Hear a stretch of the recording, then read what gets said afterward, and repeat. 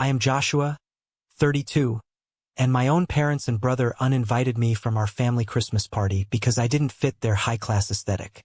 Before I tell you about how I legally dismantled their entire fake empire on Christmas Eve, let me know where you are watching from in the comments.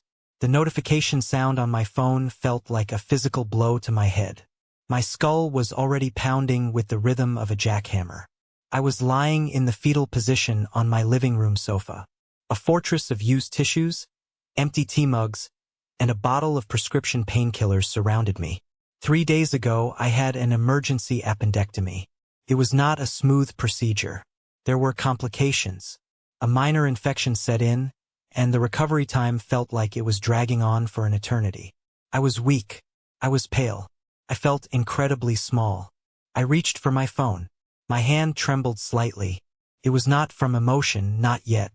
It was just the sheer physical exhaustion of moving my arm. I saw the name on the screen. Mason. He was my older brother. A small wave of relief washed over my tired body. Finally, someone from my family was checking on me. I had texted him, his wife Chloe, and my parents before the surgery. I texted them all again when I got out of the hospital. I received a generic thumbs-up emoji from Chloe. Radio silence from Mason and my parents. But now my brother was calling. I thought he actually cared. I cleared my dry throat. "Hey!" I croaked.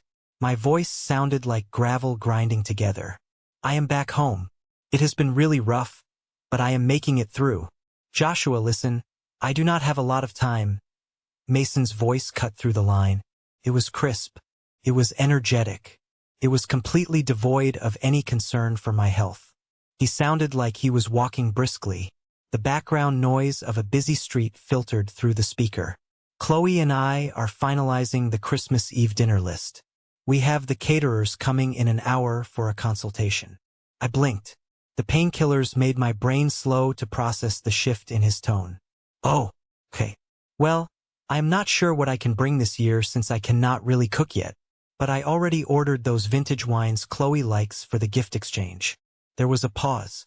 It was a heavy, pregnant silence that felt sharper than the surgical incision in my abdomen. "Yeah, about that," Mason said. I could actually hear the grimace in his voice. It was the fake sympathy he always used when he was about to do something entirely selfish. "We are making some changes to the guest list this year. It is going to be a different vibe. Very high-end. Chloe invited a major VIP to the party, and I have 2 potential investors coming. I need this promotion, Joshua. You know that." "That sounds intense," I whispered. I shifted my legs and winced at the hard pull in my side. "But I can just sit quietly in the corner. I will not be in the way. I really just need to be around family right now." "Mason, being alone in this house while recovering has been incredibly hard." "Joshua, look." He sighed. It was an impatient sound. He was treating me like a difficult child. "You are not listening to me. This is not a family potluck. This is a networking event disguised as Christmas. Appearance is absolutely everything." I held my breath. "And frankly," Mason continued, his voice taking on a lecturing tone, "looking at how you have been lately, you just do not fit the aesthetic. You work from home. You live in sweatpants.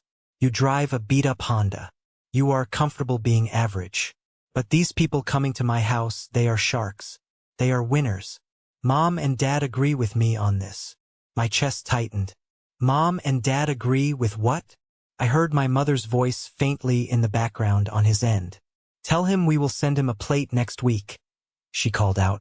"Chloe is really stressed about making a good impression," Mason pushed on, ignoring my question.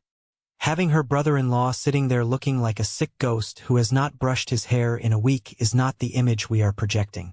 It is no place for losers, Joshua. You would just embarrass yourself. And you would embarrass us." The room seemed to tilt. The physical pain in my stomach was suddenly eclipsed by a cold, hollow ache expanding in my chest. "You are uninviting me?" I asked. My voice was barely audible. "From our family Christmas. Because I had surgery and I do not wear luxury brands. I am uninviting you because you bring the energy down," he snapped. He lost his polite veneer completely. "We are trying to level up in life. You are stagnant. Just stay home. Rest. Pop your pills. We will send you some leftovers if there are any. I have to go. The caterer is here." The line went dead. I stared at the black screen of my phone. I saw my own reflection. I looked like a pale, tired man with dark circles under his eyes. He was right about one thing. I looked wrecked, but his words echoed in my ears, bouncing around the empty walls of my fully paid-off house. No place for losers. I dropped the phone onto the carpet. I closed my eyes. Hot tears leaked out despite my absolute best efforts to stop them. It was not just the rejection. It was the audacity, the sheer, blinding ignorance of his words. The betrayal felt worse than the physical trauma of my surgery. For the first hour, I just laid there in the quiet. I grieved the brother I thought I had. I grieved the parents I thought loved me unconditionally. I let the silence of the empty house wrap around my shoulders. I felt the deep isolation settle into my bones. But as the painkillers kicked in and the initial shock began to recede, a completely different emotion started to take root. Started deep in my chest. A low, simmering heat that had absolutely nothing to do with a post-surgical fever. I pulled myself up. I winced at the sharp pain, but I forced my feet onto the floor. I shuffled to the kitchen to make a fresh cup of tea. Every single step was a harsh reminder of my physical weakness.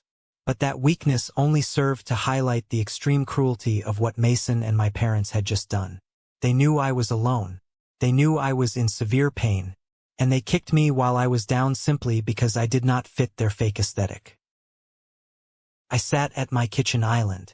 I clutched the warm ceramic mug. I unlocked my phone again. I navigated to my banking app. Mason called me a loser. He called me stagnant. He said I did not fit in with winners. I looked down at my attire. Oversized gray sweatpants and a stained hoodie. To the outside world, to Mason, Chloe, and my parents, I probably looked like a man who had completely given up on life. But they were looking at the wrong things. A cold smile touched my lips. It was the smile of a demolition expert looking at a condemned building. Mason wanted a Christmas only for winners. Fine. I would give him exactly that. But he had forgotten one crucial, undeniable fact about life. Winners pay their own bills. To truly understand why this betrayal cut me to the absolute bone, you have to understand the history of our family. Mason is 4 years older than me. Growing up, he was the undisputed golden child. He was the high school quarterback. He was the prom king. He was the guy with the charismatic smile that could charm a strict teacher into changing a failing grade. I was the quiet one. I was the bookworm sitting in the corner of the library. My parents, Robert and Martha, absolutely adored Mason. Frankly, so did I when we were younger. He had a magnetic pull. But as we grew older, the division in our house became a massive canyon. When it came time for university, my parents drained the entire college fund to send Mason to an expensive private out-of-state school. They told me I needed to take out loans and go to the local community college because they simply could not afford both. I worked night shifts at a diner to pay for my books while Mason joined a fraternity. But the real world does not care about your high school trophies. I graduated. I worked incredibly hard. I built a massive reputation in the publishing industry. I became a ghostwriter. I am the guy you call when a tech CEO or a famous politician has a brilliant idea for a memoir but absolutely zero writing ability. My salary is astronomical. My clients are billionaires. My waiting list is currently 8 months long. But my lifestyle is completely invisible. I bought a modest house in a quiet neighborhood. I maxed out my retirement accounts. I invested heavily. I drive a reliable Honda because I do not care about impressing strangers at a red light. Mason took a different path. He burned through opportunities. He invested in a luxury lifestyle brand that sold overpriced watches. Failed miserably. Then he tried to launch a tech incubator without knowing a single line of code. That failed too. He married Chloe, a woman who grew up with money and had no intention of ever living without it. Together, they bought a massive, sprawling house they could not afford. Mason always insisted that perception is reality. 3 years ago, his fake reality came crashing down hard. I remember the night perfectly. It was pouring rain. Mason showed up at my front door. He was soaked to the bone. His eyes were red and swollen. He sat at my kitchen island, right where I was sitting now, and he sobbed. He told me everything. The credit cards were completely maxed out. The massive mortgage was 3 months behind. Chloe was threatening to pack up their 2 kids, Rowan and Mia, and leave him forever. "I cannot lose them, Joshua," he cried, gripping my arm. "I just need time. I have a new project. It is going to be huge. I just need a runway. Please, you are my brother. You are the only one I can trust." I could not say no. I could not let my nephew Rowan, who was 7 at the time, and my niece Mia, who was 5, lose the only home they knew. I loved those kids more than anything. So I made a private deal with him. I would cover the absolute essentials to keep his family afloat. But I refused to put cash directly into his bank account. I knew it would just disappear into his absurd business expenses. I set up recurring automatic transfers from my accounts. I paid $3,200 every single month directly to St. Jude's Preparatory Academy for the kids' tuition. I paid $1,000 every month directly to the dealership for Chloe's luxury Porsche SUV lease. I even started sending $800 a month directly to my parents, Robert and Martha, because Mason had promised to support them in their retirement and suddenly could not. In exchange, Mason promised to get a real, stable job, fix his finances, and pay me back every single dime. He never got a real job. He just consulted. And he never paid me back a single cent. Instead, over the last year, their behavior shifted. The gratitude vanished. Entitlement took its place. They stopped saying thank you. They stopped inviting me over unless they needed a free babysitter. At Thanksgiving, my parents would sit at the table and praise Mason for his entrepreneurial spirit. Then my father, Robert, would look at me and ask when I was going to get a real career instead of just typing little stories on my laptop. I bit my tongue. I always bit my tongue to keep the peace. But sitting in my kitchen, recovering from surgery, the memory of that phone call burned in my mind. No place for losers. I picked up my iPad from the counter. It was synced to my phone. Sometimes old text messages loaded slowly on it. As I opened the screen, a new message thread popped up. It was a group chat with Mason, my mother, and my father. I was not in the chat, but because my mother still used the old family iCloud account I set up for her years ago, her messages occasionally synced to my devices if she forgot to disconnect. I scrolled up. My blood turned to absolute ice. It was a conversation from yesterday. Mason, Chloe is freaking out about Joshua coming. Julian is confirmed for the party. If Julian sees Joshua looking like a homeless guy, it ruins the whole image.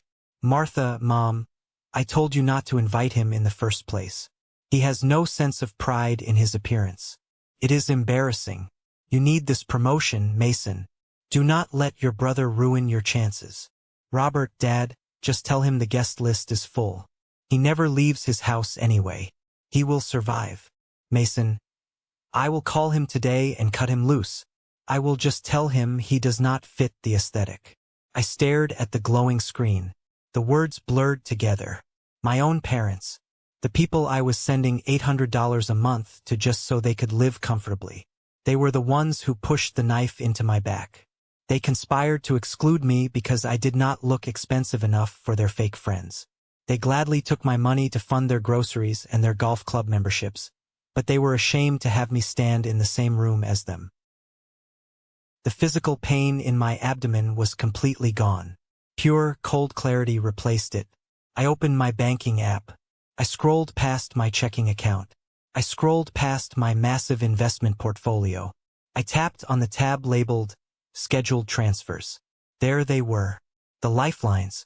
Transfer 1. St. Jude's tuition. $3,200. Transfer 2. Porsche Financial Services.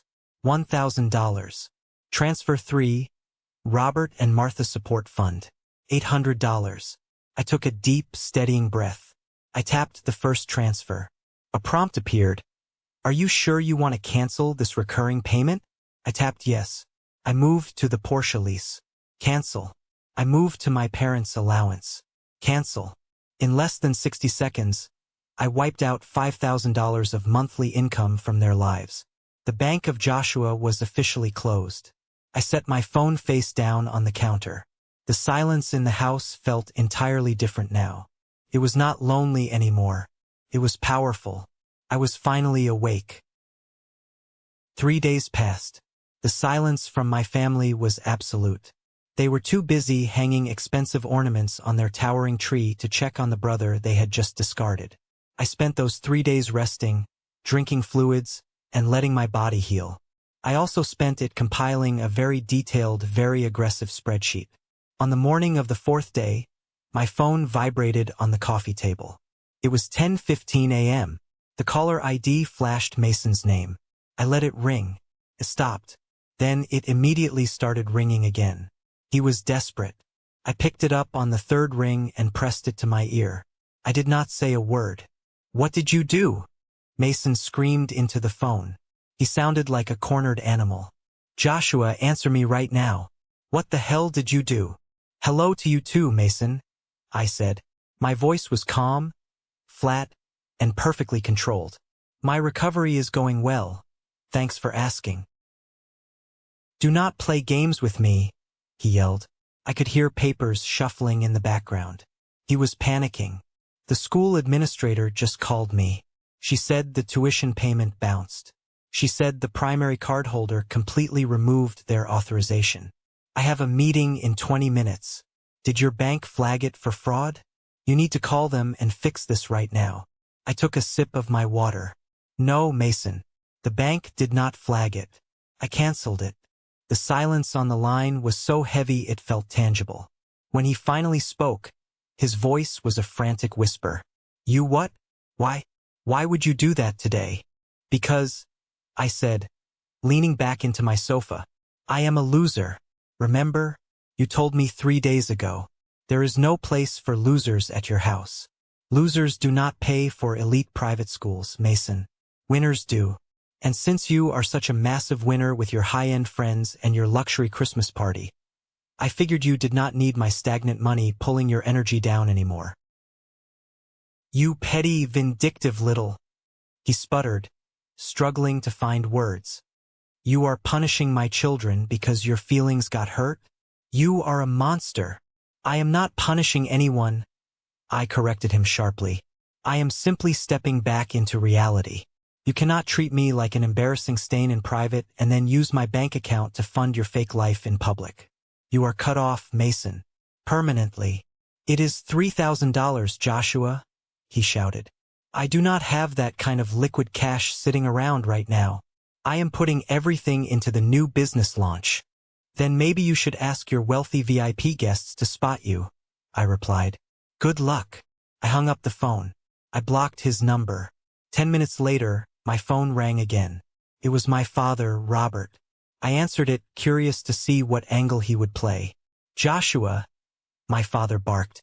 His voice held that deep, authoritarian tone he used when I was a teenager breaking curfew. "Your brother just called me in tears. Turn those payments back on immediately. I will not have you throwing a temper tantrum and ruining this family's reputation." "I am not throwing a tantrum, Dad," I said smoothly. "I am just tightening my budget. By the way, your $800 allowance is canceled too. You and Mom will have to pay for your own golf fees from now on." I heard my mother, Martha, snatch the phone. "Joshua David, how dare you speak to your father that way? We raised you. We gave you everything. If you do not fix this right now, your father will write you out of the inheritance." I actually laughed out loud. It hurt my stitches, but I could not stop. "What inheritance, Mom?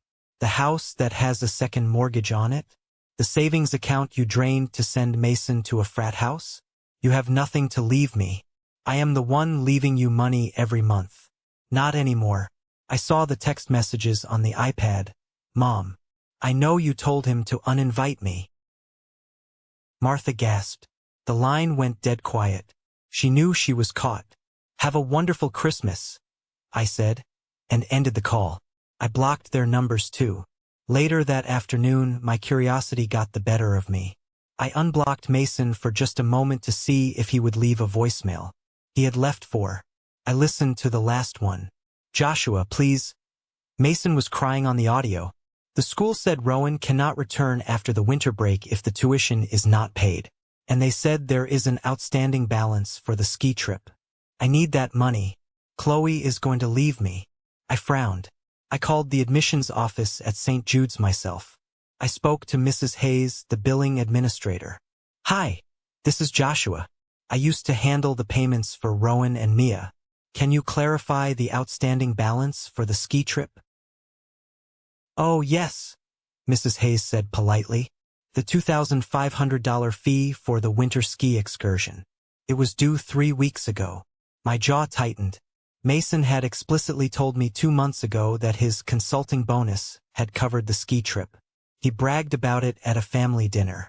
I asked Mrs. Hayes to email me a copy of the invoice history. When I looked at the dates, it hit me. He took the money he claimed was for the ski trip and bought the custom velvet tuxedo jacket he had been bragging about wearing to his VIP Christmas party. He stole from his own son's experience to buy a costume for himself.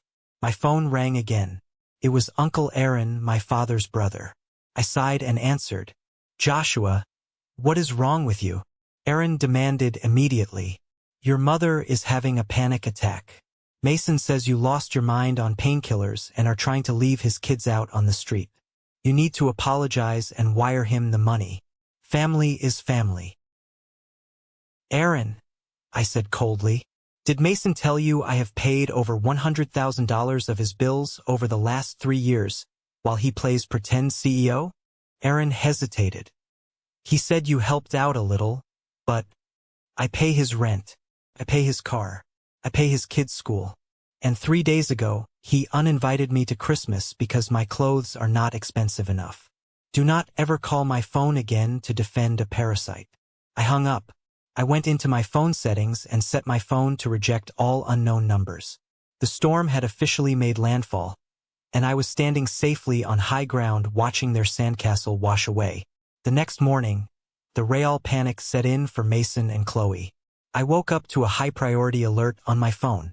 It was an automated text message from my credit card company. "Fraud alert. Did you attempt a charge of $5,000 at Cartier on card ending in 4492? Reply yes or no." My blood ran completely cold. The card ending in 4492 was my emergency platinum card. I had given the physical card to Mason 2 years ago when his car broke down on the side of the highway in another state. I told him to use it for the tow truck and keep it locked in his safe for absolute life-or-death emergencies. I had honestly forgotten he even had it. He was trying to buy jewelry, or maybe an expensive watch. He was trying to buy a luxury gift to hand to Julian, the VIP guest, to secure his fake promotion. He was willing to steal $5,000 from the brother he just banished to maintain his illusion. I replied no. My phone rang immediately. It was the bank's fraud department. "Hello, this is Joshua," I said, my voice shaking with pure, unadulterated rage. "Mr. Joshua, we blocked a suspicious transaction. The card was keyed in manually online. Would you like to authorize this?" "Absolutely not," I stated firmly. "That card is stolen. Cancel it immediately. Issue a new one with a different number, and put a hard lock on my account against any manual entries without a vocal passcode." "Consider it done, sir," the agent replied. I ended the call and threw my phone onto the couch. The absolute audacity of it all. Mason was not just a pathetic snob. He was a thief. Any lingering shred of guilt I felt about cutting off the kids' tuition vanished entirely. I could not fund a criminal.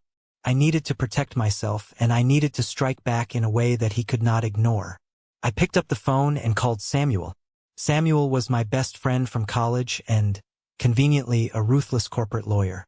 "Joshua, how is the appendix?" Samuel answered cheerfully. "The appendix is gone, but the parasite is still attached," I said. "Samuel, I need you to draft a formal legal document right now. I need a demand letter." "Who are we suing?" Samuel asked. I could hear him sitting up in his chair, his lawyer instincts kicking in. My brother. Over the last 3 years, I have paid exactly $150,000 to keep him and his wife afloat. I have the bank statements. I have text messages from 3 years ago where he explicitly promises to pay me back when he gets on his feet. He just tried to fraudulently charge $5,000 to my emergency credit card. I am done playing nice. Samuel let out a low whistle. $150,000. Joshua, without a signed promissory note, recovering that in court is a coin toss. But if you have text messages acknowledging the debt, we can absolutely terrify him. A formal demand letter on my firm's letterhead will freeze him. If he tries to sell his house or declare bankruptcy, this establishes you as a primary creditor. Do it, I commanded. I do not even care if I get the money back. I want him to see the exact price of his arrogance on paper. I want the letter drafted, sealed, and delivered by a legal courier. And Samuel? Yeah.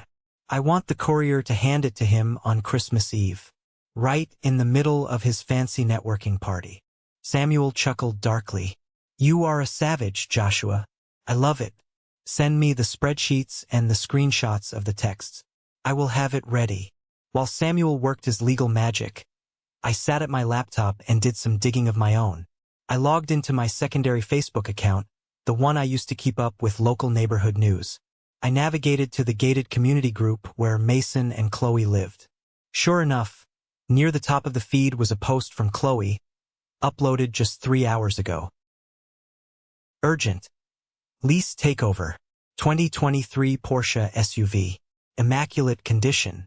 We are upgrading to a larger vehicle for our growing family and need someone to take over this amazing lease immediately. DM for details. We'll cover the first month. I smiled a cold, hard smile. Growing family. What a pathetic lie. The reality was that the lease payment was due in 5 days. And without my money, she was staring down the barrel of a repossession.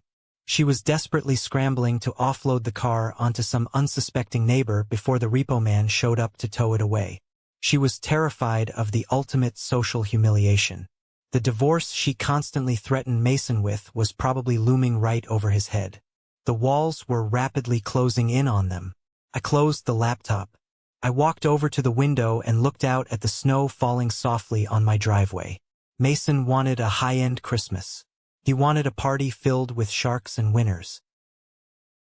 I was going to make sure he got exactly the kind of high-stakes corporate environment he begged for. Christmas Eve arrived with a bitter, biting chill. The wind howled outside, freezing the snow into hard sheets of ice on the roads. I sat parked in my reliable Honda, a block away from Mason's massive, over-mortgaged house. I had the heater blasting. I was not there to attend the party. I had 2 small presents sitting on the passenger seat. They were wrapped in simple brown paper. One was a specialized coding kit for Rowan. The other was a high-end art supply set for Mia.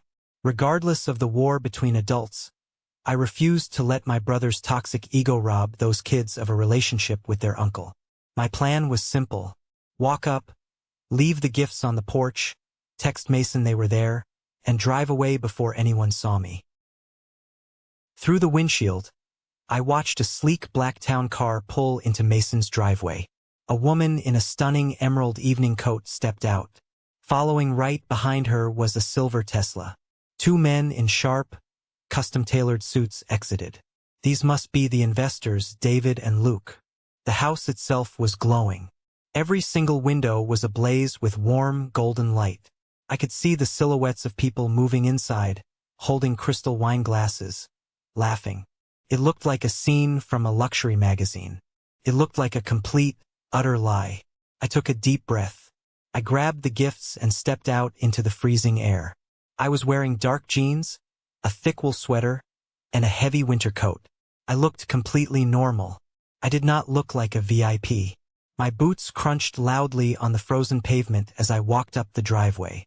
I noticed Chloe's Porsche was parked off to the side, half in the grass, hidden behind a large oak tree. She was trying to keep it out of sight. I reached the large wooden front door. Before I could even raise my hand to knock, the door swung open violently. Mason stood there, He was wearing the custom velvet tuxedo jacket he bought with his son's ski trip money. His face instantly drained of all color the second his eyes locked onto mine. "What the hell are you doing here?" he hissed. He stepped outside quickly and pulled the heavy door partially shut behind him, physically blocking the view of the party inside. "I am just dropping off gifts for Rowan and Mia," I said. My voice was remarkably steady, despite the adrenaline hammering in my chest. "I am not staying, Mason. Just take the boxes." I shoved the presents toward his chest. Before he could grab them, the door pulled open wider. My mother, Martha, stood there holding a tray of expensive appetizers. She gasped, nearly dropping the tray. "Joshua, you cannot be here. You are going to ruin everything." "Who is at the door, Mason?" A confident, commanding voice called out from the foyer. It was a man. He stepped into the doorway, standing right behind my mother. He was older, distinguished, holding a glass of scotch. This was Julian, the VIP. The man Mason was desperately trying to impress for a promotion. Mason panicked. Sweat actually beaded on his forehead in the freezing cold. He forced a tight, agonizingly fake smile. "Oh, Julian, it is just my younger brother, Joshua. He is going through a really rough patch right now. Unemployed, struggling. We try to give him charity when we can. He was just leaving." Mason reached out and gripped my arm tightly, his nails digging through my coat. "Leave," he whispered viciously. Julian stepped past my mother. He squinted at me in the dim porch light. He stepped closer. His eyes widened. "Joshua?" Julian asked. His commanding tone suddenly completely vanished, replaced by absolute shock. "Joshua, as in Joshua the ghostwriter? The one who structured the Horizon memoir for the tech summit last month." The entire porch went dead silent. Mason froze. My mother's mouth fell open. "Yes," I said quietly. I pulled my arm out of Mason's grip. "Hello, Julian.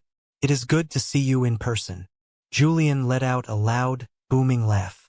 He reached out and grabbed my hand, shaking it vigorously. "I cannot believe this.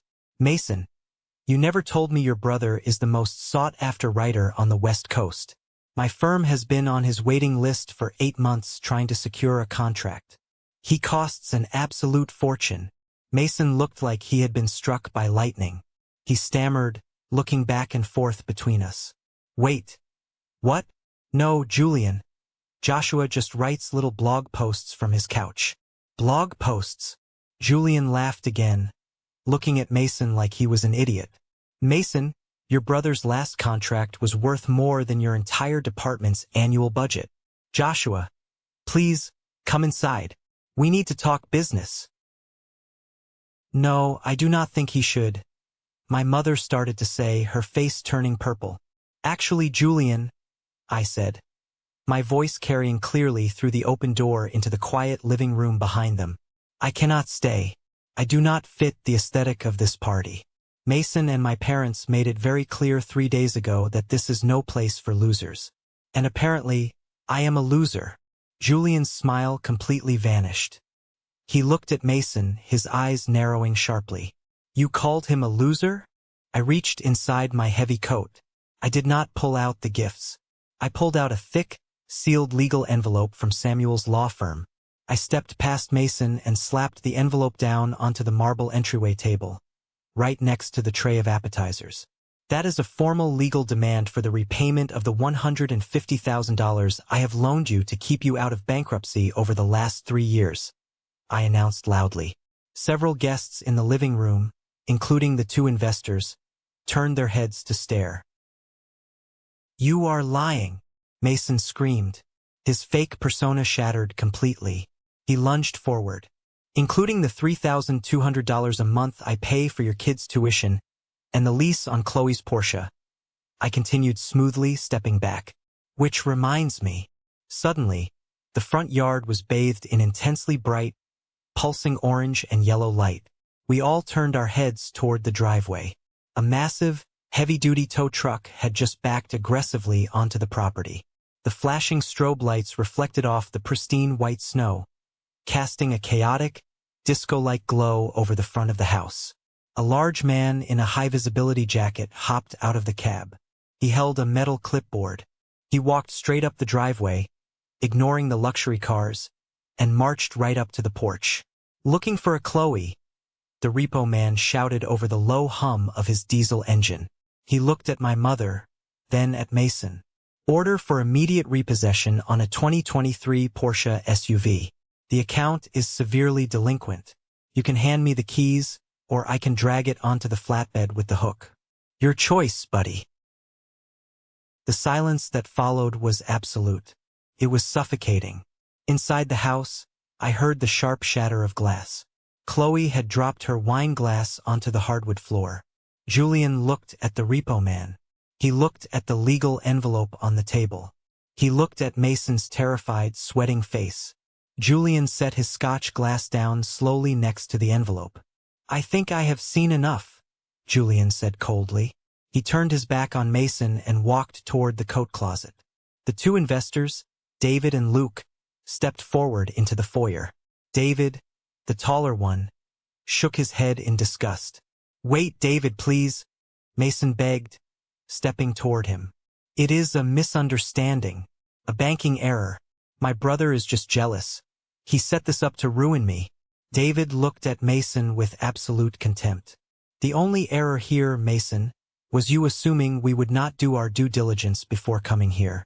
We knew your tech incubator company was a fraud. We knew your LLC status was inactive. We only came tonight to see if you would have the integrity to be honest with us. Clearly, you are nothing but a con artist." The investors buttoned their coats. They walked right past Mason. They walked down the porch steps, stepping right past the repo man, who was currently attaching heavy steel chains to the front axle of Chloe's precious Porsche. This is the moment that changed everything, when I finally took back control of my life. Thank you for staying with me this far. You are amazing. Please help me like the video and comment number 1 below, so I know you have been with me up to this point. This not only helps more people find this story, but it also lets me know that my experiences mean something to someone. Your support is the biggest motivation for me to continue sharing the rest of this journey. I stood there on the porch. The cold wind whipped around us, but I had never felt warmer. The entire illusion was shattered into a million unfixable pieces. The heavy diesel engine of the tow truck roared to life. With a loud metallic clank, the front tires of the Porsche were hoisted off the frozen grass. The repo man did not wait for the keys. He secured the chains, climbed back into his cab, and slowly drove away. The flashing orange lights faded down the dark street, taking the last symbol of Mason's fake wealth with it. The porch was eerily quiet now, except for the whistling wind. The high society guests inside the house were hastily grabbing their coats and slipping out the back door, desperate to escape the toxic awkwardness of the scene. I looked at my family. My mother, Martha, was trembling. Her hands gripped the empty appetizer tray so hard her knuckles were white. She looked at me, her eyes wide with a frantic mix of fear and realization. "Joshua," she stammered, her voice cracking. "Joshua, honey, please, let's go inside. We can talk about this. We are a family. You cannot just leave us like this." "We are not a family, Mom," I said quietly. The anger was gone. Only a deep, profound emptiness remained. "I am just a wallet to you. I always have been. Now you will have to find a new one." My father, Robert, stood frozen in the doorway. He did not yell. He did not threaten to cut me out of the inheritance. He just stared at the marble table where the legal demand letter sat. He finally realized that the son he had spent a lifetime treating like a disappointment was the only reason he had been able to play golf every weekend. He looked old. He looked defeated. And Mason was leaning against the doorframe. The custom velvet jacket looked ridiculous on him now, like a cheap Halloween costume on a tired man. Tears were streaming freely down his cheeks. He was hyperventilating, his chest heaving. "You ruined it," Mason whispered, pointing a shaking finger at me. "You ruined my entire life. Chloe is going to take the kids. I am going to lose the house. You did this to me." "No, Mason," I said. buttoning my coat tight against the chill. I did not ruin anything. I just stopped paying for the stage props. You ruined your own life the second you decided you were too good for the truth. I turned my back on them. I walked down the driveway. I did not look back when I heard Chloe start screaming hysterically from inside the house. I did not stop when my mother called my name one last time. I opened the door to my reliable 10-year-old Honda. I slid into the driver's seat. I turned the key, and the engine purred to life instantly. The heater blasted warm air onto my face.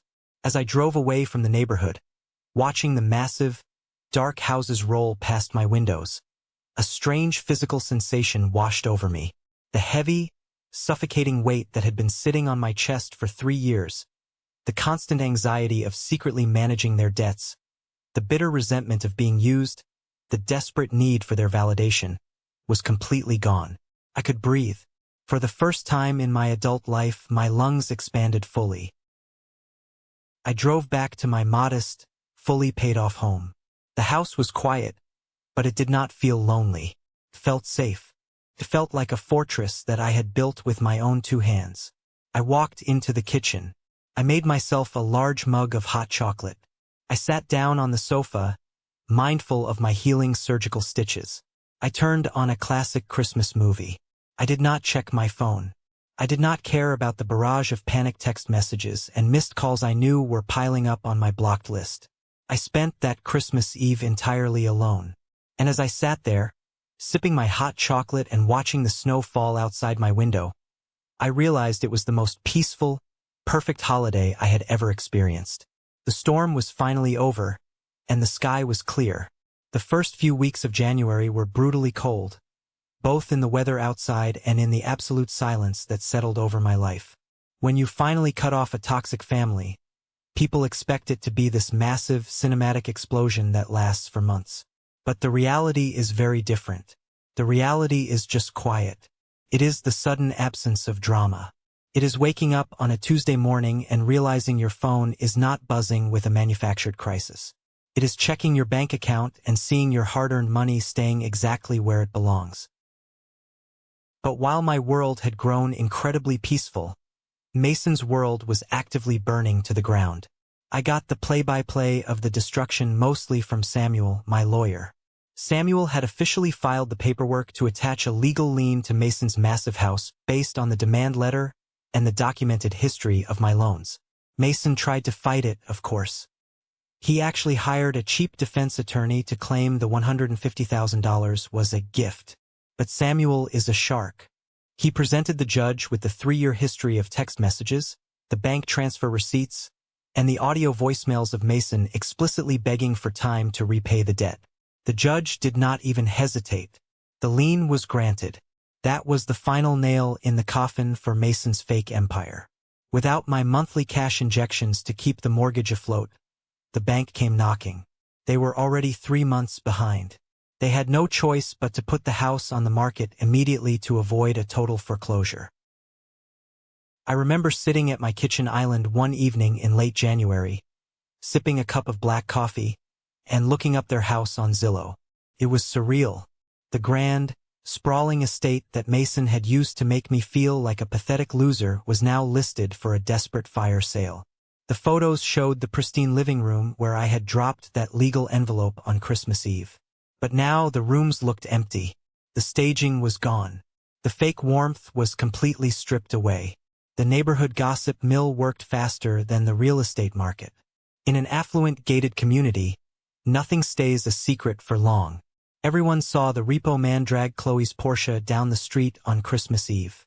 Everyone heard the rumors that the wealthy investors had walked out of the holiday party in absolute disgust. My parents, Robert and Martha, caught the worst of the social fallout. For years, they had paraded around their country club, bragging about their successful entrepreneur son, while conveniently hiding the fact that their quiet younger son was actually funding their entire lifestyle. Without my $800 monthly transfer, their reality fractured. They could not afford the expensive club dues anymore. They could not afford the weekly golf outings or the lavish dinners they used to buy to impress their friends. My mother actually tried to call me one last time in February. I had unblocked her number temporarily to send her a medical update from my surgeon. She called me within 5 minutes. I answered, foolishly hoping that the loss of her social standing might have brought some clarity or remorse. I was wrong. "Joshua," she said. Her voice was thin, reedy, and vibrating with indignation. "I hope you are happy. You have completely destroyed this family. Your father had to cancel his country club membership today. He is humiliated. Our friends are asking questions we cannot answer. You owe us an apology, and you need to call Samuel and drop that ridiculous lien on your brother's house." I sat in my quiet living room and just listened to her breathe heavily into the receiver. "Mom," I said. My voice was completely steady. "You and Dad drained my college fund to send Mason to a fraternity. You let me work night shifts at a diner to pay for my own textbooks. You sat in a group chat and conspired to banish me from a family holiday because my clothes were not expensive enough for you. You never loved me. You only loved what I could provide for you." "That is not true," she cried out. "We are your parents. And I was your ATM," I replied. "The bank is permanently closed. I suggest you and Dad look into downsizing your house. I am officially done." I hung up the phone and blocked her number forever. It felt incredibly heavy, like attending a funeral for people who were still walking around. I was mourning the parents I deserved but never actually had. But beneath the grief, there was a profound sense of liberation. My peace of mind was my true inheritance, and I was finally claiming it. By March, the inevitable happened to Mason's marriage. Chloe was a woman who married for status and luxury. When the status evaporated and the luxury was repossessed, her vows meant absolutely nothing. She packed up her expensive bags, put the kids in her remaining car, and drove back to her parents' massive estate in Connecticut. She filed for divorce 2 weeks later. Samuel told me the details over a beer one Friday night. Chloe's family hired a team of ruthless corporate lawyers. They went after Mason for everything he did not have. The custody battle over Rowan and Mia was swift and brutal. Mason had no stable income, a failing LLC, and a mountain of debt. Chloe secured primary physical custody. Mason was granted every other weekend and shared holidays. Mason was forced to move out of the massive house. It finally sold in late March, but because of the dipping market, the real estate fees, the overdue mortgage penalties, and the lien Samuel had brilliantly placed, Mason walked away from the closing table with practically nothing.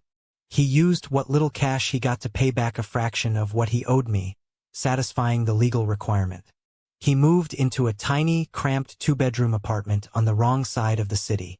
He needed a place cheap enough to afford on a basic salary, but big enough to legally host his kids on his alternating weekends. The CEO of Prestige Global Holdings had to get a real job. He had no choice. The court mandated a verifiable income for his child support calculations. With no actual hard skills, no coding knowledge, and a completely ruined reputation in the local tech community, Mason had to take whatever he could find. He ended up taking a mid-level sales position at a commercial HVAC company. He sold air conditioning units to office parks. His base salary was less than what Chloe used to spend on designer handbags in a single quarter. He had a boss. He had quotas. He had to clock in at 8 in the morning and wear a cheap polyester polo shirt with the company logo embroidered on the chest.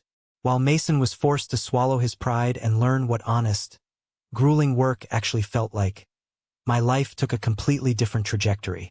I used the pain, the anger, and the ultimate freedom of those 3 months to fuel my own ambitions.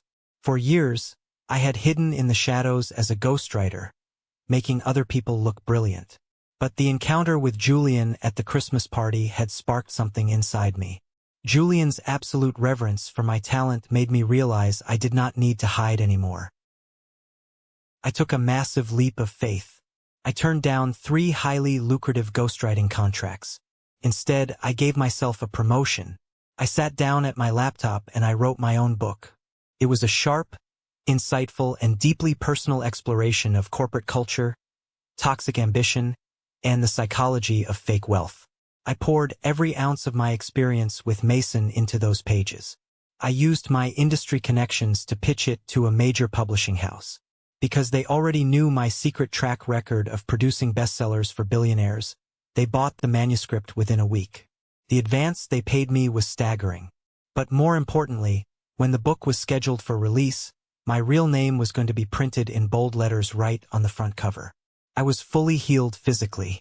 My surgical scars had faded into thin white lines. I was working out again. I was eating well. I was sleeping 8 uninterrupted hours a night. I had built a life of absolute integrity, and it felt incredible. Then, in mid-April, the real test arrived. I was sitting in my home office, reviewing the final galley proofs for my book, when my phone buzzed on the desk. It was a text message from an unknown number. I almost ignored it, but something told me to look. "Hi, Uncle Joshua. It's Rowan. This is my mom's old phone she let me keep. I have a soccer game this Saturday at 10 a.m. at the public park near my dad's new apartment. Can you come?" I stared at the screen. My heart did a painful, heavy flip in my chest. Rowan was 10 years old. Mia was 8. I had not seen them or spoken to them since I dropped those presents on the porch in the freezing cold on Christmas Eve. I knew they were caught in the crossfire of the divorce. I knew their entire world had been flipped upside down. They lost their massive house. They lost their elite private school. They lost the only reality they had ever known. I typed back immediately, "I will be there, buddy. I promise." Saturday morning arrived with a bright, clear blue sky and a crisp spring breeze. I drove my 10-year-old Honda across town to the public park. It was a stark contrast to the perfectly manicured, heated athletic fields at St. Jude's Preparatory Academy. This field was patchy. The grass was overgrown in the corners. The parking lot was full of minivans and old sedans, not Teslas and Range Rovers. I parked my car and walked toward the chain-link fence surrounding the field. I spotted Rowan instantly. He was running down the sideline, chasing the soccer ball. He was wearing a simple, slightly oversized blue jersey. He looked scruffier than I remembered. His hair was a little longer, a little messier. But as he kicked the ball and cheered with his teammates, I noticed something else. He looked lighter. The intense, high-pressure anxiety that Chloe and Mason used to force on him to perform perfectly was completely gone. He was just a kid playing a game in the mud. I stood by the bleachers and watched the entire game. When the referee blew the final whistle, Rowan turned and scanned the crowd. His eyes locked onto mine. His face lit up with a massive, genuine smile. "Uncle Joshua," he yelled. He sprinted across the muddy grass and threw his arms around my waist. He buried his sweaty face into my jacket. I hugged him back tightly, resting my chin on the top of his head. I did not care about the mud. I did not care about the dirt. I just held my nephew. "Hey, buddy," I said, my voice thick with emotion. "You played a great game. You have gotten a lot faster." "Thanks," he beamed, pulling back. Just then, I felt a small tug on my sleeve. I looked down. It was Mia. She was holding the high-end art sketchbook I had left on the porch on Christmas Eve. It was filled with beautiful, colorful drawings. "Hi, Uncle Joshua," she said softly. "Hi, sweetie." I smiled, kneeling down to her level. "Those drawings are amazing. You have been practicing." She nodded proudly. I stood back up and looked at Rowan. He was shifting his weight from foot to foot, looking up at me with that innocent, blunt curiosity that only a 10-year-old possesses. "Uncle Joshua," Rowan asked, tilting his head, "Dad told me you are really rich. Is that true? He said you have more money than the people who used to come to our old house." I let out a soft, genuine laugh. I crouched back down so I was eye level with both of them. "I am comfortable, Rowan," I said carefully. "I have enough because I work very hard, and I do not buy expensive things that I do not actually need. Wealth is not about what you wear or what you drive. It is about knowing you are safe, and knowing you can take care of yourself." "Dad says he is sorry," Mia piped up suddenly. She was not looking at me. She was looking down at her muddy sneakers. "He says he was really stupid to you. He told Mom that on the phone when they were yelling." I froze. I looked up over the kids' heads. Standing about 50 yards away, near the edge of the parking lot, was Mason. He was not wearing a velvet tuxedo. He was not wearing a custom-tailored suit.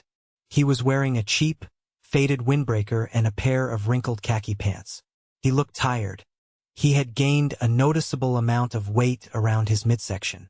His hair was thinning rapidly. The charismatic, arrogant golden boy was completely gone. The man standing by the fence was just a guy. An exhausted, deeply humbled guy working a brutal sales job to pay child support. He saw me looking at him. He stood up a little straighter. He hesitated for a long moment. Then, slowly, he raised his right hand in a small, tentative wave. He did not walk over. He did not try to force a conversation. He stayed exactly where he was, standing behind the chain-link fence. He was actively respecting the boundary I had set. He finally understood that he had lost the privilege of my company. I did not wave back. I did not smile. But I looked him directly in the eyes, and I gave him a single, firm nod. It was not forgiveness. I am not sure if I will ever fully forgive him for what he and my parents did to me. But it was an acknowledgement that the illusion was dead, the debt was settled, and he was finally living in the real world. I turned my attention back to my nephew and niece. "Do you guys want to go get some ice cream?" I asked, raising my eyebrows. "My treat." "Yes!" they screamed in perfect unison. "Go tell your dad," I instructed. "Tell him I will have you back here in exactly 30 minutes. Rowan sprinted over to the fence, spoke to Mason for a few seconds, and gave me a thumbs up. Mason looked at me one last time, nodded his head in quiet gratitude, and walked toward his own beat-up sedan to wait. I walked with Rowan and Mia toward the parking lot. The spring sun felt warm on my shoulders. We chatted about school, about Mia's new art projects, and about the video games Rowan was playing. It was simple. It was normal. It was everything a family is supposed to be, stripped of all the toxic expectations and the fake social climbing. We reached my car. My reliable 10-year-old, fully paid-off Honda. Rowan climbed into the back seat without a single complaint. He did not care that there were no heated leather seats. He did not care that the logo on the steering wheel was not a luxury badge. He just cared that his uncle showed up to watch him play in the mud. As I closed the car door and walked around to the driver's side, I paused for a moment. I put my hand on the cold metal roof of the car and looked back toward the empty soccer field. I realized something incredibly important right then. Mason had been right about one thing on that terrible phone call back in December. That Christmas party was absolutely no place for losers. But standing here in the spring sunshine, holding the keys to my own life, knowing my mortgage was completely paid off, knowing my career was thriving, and knowing my conscience was perfectly clear, I knew exactly who the winner was. I was not the one who needed an audience of strangers to feel valuable. I was not the one who needed a luxury car to mask my insecurities.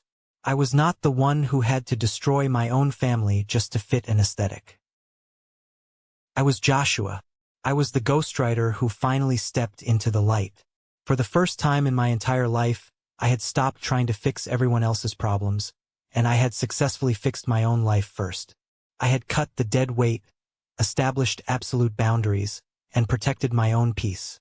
And that feeling, that profound, unshakable peace, that was the best aesthetic of all.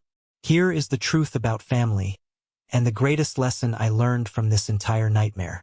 Blood makes you related, but loyalty, respect, and mutual care are what make you a family. Society conditions us to believe that we must endlessly tolerate abuse, financial exploitation, and blatant disrespect simply because the people hurting us share our DNA. We are told to keep the peace and be the bigger person. But keeping the peace with toxic people only guarantees that you will be constantly at war with yourself. I learned that establishing firm, unyielding boundaries is not an act of cruelty. It is the ultimate act of self-preservation. When you cut off the resources of people who use you, you force them to face their own reality. You cannot save people who are committed to their own destructive illusions, whether they are your parents, your siblings, or your friends. True wealth is not found in the labels on your clothes or the cars in your driveway. True wealth is found in a quiet mind, a secure life, and the ability to walk away from anyone who makes you feel like you are hard to love. I would love to know your thoughts on this. What was your biggest takeaway from my story? Do you agree that sometimes cutting ties is the only way to win? Let me know your perspective in the comments, or simply type the word good if you agree with the lessons this journey taught me. Thank you for listening.